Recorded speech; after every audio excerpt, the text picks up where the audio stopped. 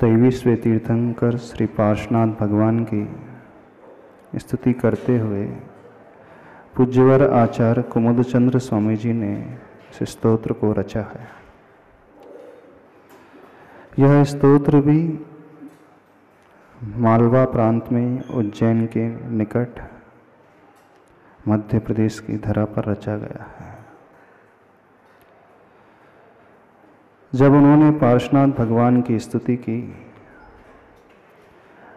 अन्य पाषाण से पार्श्वनाथ भगवान की प्रतिमा प्रकट हो गई।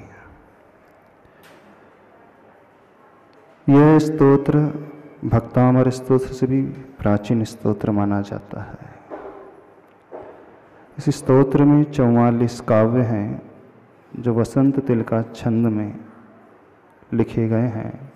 अंतिम काव्य दूसरे छंद में लिखा गया है। भगवान की स्तुति बड़े भावों से भरकर के आचार्य भगवान ने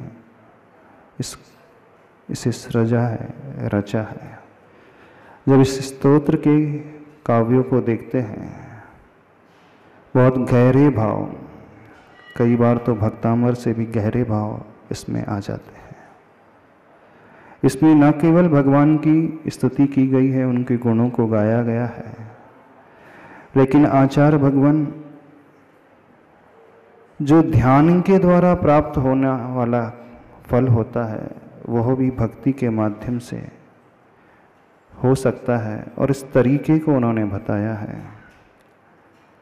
आत्मा मनीषि भीरयम त्वदभेद बुद्ध्या ध्यातो जिनेश भवति भवत प्रभाव। जब इस श्लोक को देखते हैं तो एकदम अंदर से मन गदगद हो जाता है कि भगवान की भक्ति कैसे करना चाहिए। अभेद बुद्धि से कहा गया है। वैसे भक्ति में भेद होता है। भक्त जिसकी भक्ति कर रहा है, आराध्य और आराधक का भेद होता है। आराधक अलग होता है और आराध्य अलग होते हैं। भक्ति में हमेशा दो होते हैं, लेकिन आचार्य भगवान यहाँ पर भावना अभिव्यक्त कर रहे हैं। हे पार्श्वनाथ प्रभु, देखना आचार्य कुमुदचंद्र स्वामी जी की महानता। जो विद्वान, जो मनीषी अपनी आत्मा के द्वारा अभेद बुद्धि से आपको ध्याता है, अभेद बुद्धि से आपका ध्यान कर लेता है, भक्ति कर लेता है, वो बिल्कुल आप जैसा ही हो जाता है। भवत प्रभाव, आपके प्रभाव से वह जिनेश आप ही जैसा हो जाता है। यानी इतना लीन होने के लिए वे प्रेरित कर रहे हैं, इतना गाढ़ भाव लाने के लिए प्रेरित कर रहे हैं भक्ति में, कि हम दो भूल जाएं। हम ये भूल जाएं कि हम अलग हैं, भगवान अलग है। इतना तन्मय हो जाए, इतना लीन हो जाए कि दो अलग होते हुए भी एक बन जाए। कैसे? जैसे उस जल में मिठास घोली जाती है,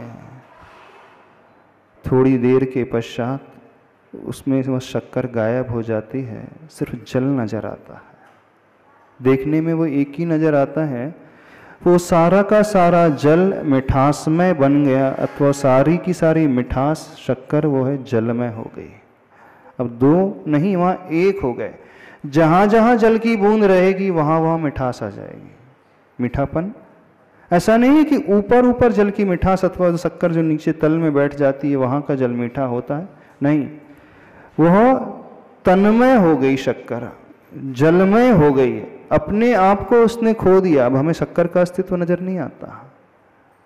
हम देखना भी चाहें, लेंस से भी ढूंढने की कोशिश करें, शक्कर का दाना नजर नहीं आएगा। उसने अपने आप को समर्पित कर दिया, इतना समर्पित कर दिया कि अपने आप को ही खो दिया। दिखता ऐसा है कि अपने आप को खोया जा रहा है, पर वह अपने आप को जल में ही बना लेती है शक्कर। तो पार्श्वनाथ भगवान की भक्ति इस प्रकार से करें कि हम अपने आप को खो दें, हम भूल जाएं कि हमारा अस्तित्व भी है, हम अलग हैं, भूल जाएं, यानी ऐसे डूब जाए कि हमें पार्श्वनाथ प्रभु के अलावा कोई नजर ही ना आए। यानी हम भगवानमय बन जाएं।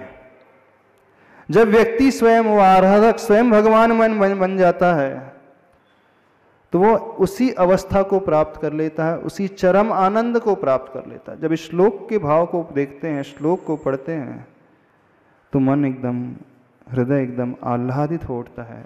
धन्य है प्रभु। ये जो उत्कृष्ट स्थिति ध्यान की स्थिति है, लेकिन वे भक्ति करते हुए लिख रहे हैं, समझना इस बात को। यानी भक्ति ऐसे नहीं होती है जैसे सभी लोग ऊपर ऊपर से करते हैं। भक्ति तो ऐसे होती है कि हम अपने आप को भुला दें, बिल्कुल भूल जाएं, अपने विकल्पों को भूल जाएं, अपने परिवार को भूल जाएं, अपने शरीर को भूल जाएं, अपने उन दुर्भावों को भूल जाएं। हमारा भाव प्रभु के भाव जैसा हो जाए, हमारा ज्ञान प्रभु के ज्ञान जैसा हो जाए, उसमें हम मिल जाएं, सम्मिलित हो जाएं, उस रूप हो जाएं। ये चरम अवस्था होती है भक्ति की। तो ऐसी भक्ति करना हम सीखें। ये कल्याण मंदिर स्तोत्र में पूज्यवर कुमुद चंद्र स्वामी जी हम सबके लिए बताते हैं। ऐसे बहुत सारे श्लोक हैं जिनमें बड़े गजब के भाव आचार्य भगवान ने भरे हैं। तो सही मायने में इस पंचम काल में भक्ति की शुरुआत की तो आचार्य समंतभद्र स्वामी जी ने स्वयंभू स्तोत्र से की, लेकिन श्रावकों के बीच में जो प्रचलन में स्तोत्र आया वो कल्याण मंदिर स्तोत्र आया। यह भी बहुत प्रचलित स्तोत्र है, इसकी भी महिमा अपरंपार है, क्योंकि हर व्यक्ति पार्श्वनाथ भगवान से जुड़ा ही होता है किसी न किसी रूप में। हर व्यक्ति पार्श्वनाथ भगवान को मानता ही है, क्योंकि हर व्यक्ति के जीवन में बहुत सारी विघ्न है, परेशानी है, बाधाएं आती हैं। जब जब उसके जीवन में बाधाएं आती हैं तो वो बाधाओं को दूर करने के लिए किसकी जयकारा रखता है? विघ्नहर पार्श्वनाथ भगवान की जय। यही भावना भाता है। सबसे पहले कौन से तीर्थंकर भगवान का नाम आता है? पार्श्वनाथ भगवान का नाम आता है। क्यों? क्योंकि पार्श्वनाथ भगवान है 24 तीर्थंकर में ऐसे तीर्थंकर हुए जिन्होंने स्वयं सबसे ज्यादा विघ्नों को झेला, स्वयं सबसे ज्यादा परेशानी उपसर्गों को झेला। अब जब जो व्यक्ति हमारे जैसे हो जाता है ना, फिर उससे हमारी ट्यूनिंग अपने आप मिलने लगती है। होता है ना, आपके ही उम्र का है, आपके ही विचारों का है, आपकी हम परिस्थिति का है, आपके जैसा ही वो जी रहा है, आपके जैसे दुख है उसके भी वैसे दुख है, तो अपने आप ही ट्यूनिंग मैच कर जाती है, जोड़ी अपने आप ही बनते चले जाती है। और सारे का सारे श्रावक तो दुखी तो हैं, परेशान तो हैं। इस कारण पार्श्वनाथ भगवान सबसे पहले याद आ जाते हैं। तो ऐसे स्तोत्र पूज्यवर कुमुद चंद्र स्वामी जी ने रचा, और वही चमत्कार घटित हुआ। जैसे समंतभद्र स्वामी जी ने जब स्वयंभू स्तोत्र रचा तो चंद्रप्रभ भगवान की प्रतिमा प्रकट हो गई, और इन्होंने स्तोत्र रचा तो उस पाषाण में से पार्श्वनाथ भगवान की प्रतिमा प्रकट हो गई। हाँ, ये भी एमपी धार नगरी के आसपास, उज्जैन के आसपास की घटना है। इसका इतिहास भी, कल्याण मंदिर का इतिहास भी वैसा ही इतिहास है। हाँ, ये बात अलग है कि भक्तांबर की मान्यता और अधिक धीरे धीरे होते गई, लेकिन कल्याण मंदिर की मान्यता भी कम नहीं है। तो हर एक व्यक्ति को एक ना एक स्तुति तो हमेशा प्रतिदिन करते ही रहना चाहिए। जैसे आप भक्तांबर स्तोत्र पढ़ते हैं, ऐसे ही कल्याण मंदिर, और जिसके मूल नायक पार्श्वनाथ भगवान हैं इस जिनालय में, वहाँ तो होना ही चाहिए, अवश्य होना चाहिए। इसलिए होना चाहिए क्योंकि मूल नायक जो होते हैं वे हमारे सब कुछ माने जाते हैं। उन्हीं की पूजा से, उन्हीं की आराधना से हमें सब कुछ मिलता है। इस प्रकार की भावना हम सभी भाने की भावना भाएं, तैयारी करें, क्योंकि यही भावना जो है भवनाशिनी होती है। और भक्ति में इतनी शक्ति है कि वो हमें संबल भी दे देगी, मजबूत भी बना देगी, और परिणामों को भी बदल करके रख देगी, और जो हम चाहते हैं वह भी हमें प्राप्त कराने वाली होती है। इस प्रकार इसकी महानता भी एकदम अद्भुत महानता है, पार्श्वनाथ भगवान के जीवन से जुड़ने वाली है। पार्श्वनाथ भगवान का चरित्र भी इसमें उतर करके आ जाता है, वो घटनाएं भी उभर करके आ जाती हैं। जब उपसर्ग उन्होंने झेला, वो देवी देवताओं का भी नाम आ जाता है। धर्मेंद्र, पद्मावती, उन्होंने उपसर्ग को कैसे दूर किया। हाँ, धर्मेंद्र ने फन फैलाया नहीं था, धर्मेंद्र ने ही सब कुछ किया था। पद्मावती ने तो सिर्फ छत्र लगाए थे। जैसे यहाँ कटनी में प्रतिमा है ना पार्श्वनाथ भगवान की, पद्मावती छत्र उठाए हुए है, और धर्मेंद्र ने इस प्रकार के फणा की रचना की थी कि उपसर्ग से वह बचा सके। इस प्रकार इसकी महानता है कि हम भगवान को कैसे मान लें कि वे सर्वज्ञ हैं, उनके पास केवल ज्ञान है, केवल ज्ञान से सब कुछ देख सकते हैं, जान सकते हैं। आप्तमीमांसा एक ग्रंथ है पूज्य वराचार्य समंत भद्र स्वामी जी का, जहाँ तक उसमें कारिका आती है, सूक्ष्मांतरित दूरार्था। कुछ पदार्थ ऐसे होते हैं जो सूक्ष्म होते हैं, जो हम इन चर्म चक्षु से नहीं देख सकते। कुछ पदार्थ ऐसे होते हैं जो अंतरित होते हैं। अंतरित का अर्थ होता है आपके पीछे दीवार है, दीवार के पीछे भी कुछ है, बहुत उसके बीच में हर्डल्स हैं, तो वो पदार्थ भी उनके ज्ञान का विषय बन जाए। और दूरवर्ती पदार्थ पूर्व में हो चुके, करोड़ों वर्ष पूर्व हो चुके, आदिनाथ भगवान हो चुके, महाभारत हो चुकी, रामायण हो चुकी, रामचंद्र जी हुए हैं। बोले ये हैं, बोले सूक्ष्म पदार्थ अंतरित और दूरवर्ती पदार्थ हुए हैं, बोले इससे सर्वज्ञ की सिद्धि हो जाती है। तो उन्होंने हेतु यानी रीजन क्या दिया, क्योंकि ये उनके ज्ञान में झलका है, वो अनुमान का विषय है। जैसे हम कहीं से धूम्र को उठते हुए देखते हैं, धुएं को उठते हुए देखते हैं, तो हम अंदाज लगा लेते हैं, अनुमान मतलब अंदाज लगा लेते हैं कि जरूर वहाँ अग्नि जल रही है, तभी धुआं पैदा होता है। यानी बिना अग्नि के धुएं की उत्पत्ति होती ही नहीं, ये व्याप्ति है, ये नियम है कि धुआं पैदा होगा तो अग्नि होगी ही होगी। अब भगवान के ज्ञान, भगवान ने उसका प्ररूपण किया है, हाँ? शास्त्रों में उसे लिखा गया है। क्या लिखा गया है? सूक्ष्म पदार्थ, परमाणु, एटम है, संसार में एटम है, लेकिन हम आंखों से नहीं देख सकते। तो जो जो हम नहीं देख पा रहे हैं, क्या वो उनका एग्जिस्टेंस नहीं होता? ऐसा है, हाँ, एग्जिस्टेंस तो होता है, लेकिन हमारी आंखों का विषय नहीं बन रहा है, लेकिन एग्जिस्टेंस है। तो कुछ ऐसे पदार्थ हैं जो इन आंखों से नहीं दिखते हैं, पर किसी की आंखों से दिखते हैं। यानी किसी की कैपेबिलिटी इतनी ज़्यादा बढ़ जाती है, क्षमता इतनी बढ़ जाती है कि वो छोटे से छोटे वस्तु को भी देख सकता है, और उसका एग्जिस्टेंस है, इस कारण वो देख रहे हैं। तो सूक्ष्म पदार्थ है। अब बहुत दूर हैं, नदी नाले क्रॉस करके, सुमेरु पर्वत क्रॉस करके बहुत सारे द्वीप हैं, बहुत सारे समुद्र हैं। उन्होंने वर्णन किया है शास्त्रों में, असंख्यात द्वीप होते हैं, असंख्यात समुद्र होते हैं। जम्बू द्वीप है, 1 लाख योजनों में बड़ा, सुमेरु पर्वत है, उसके बाद हिमवन, महाहिमवन आदि पर्वत हैं। वो 7 क्षेत्रों को विभाजित कर लेते। ये हैं, संसार में स्वर्ग है, संसार में नरक है। अब तर्क में आ जाता है, हमें तो दिखते नहीं, हम कैसे विश्वास कर लें?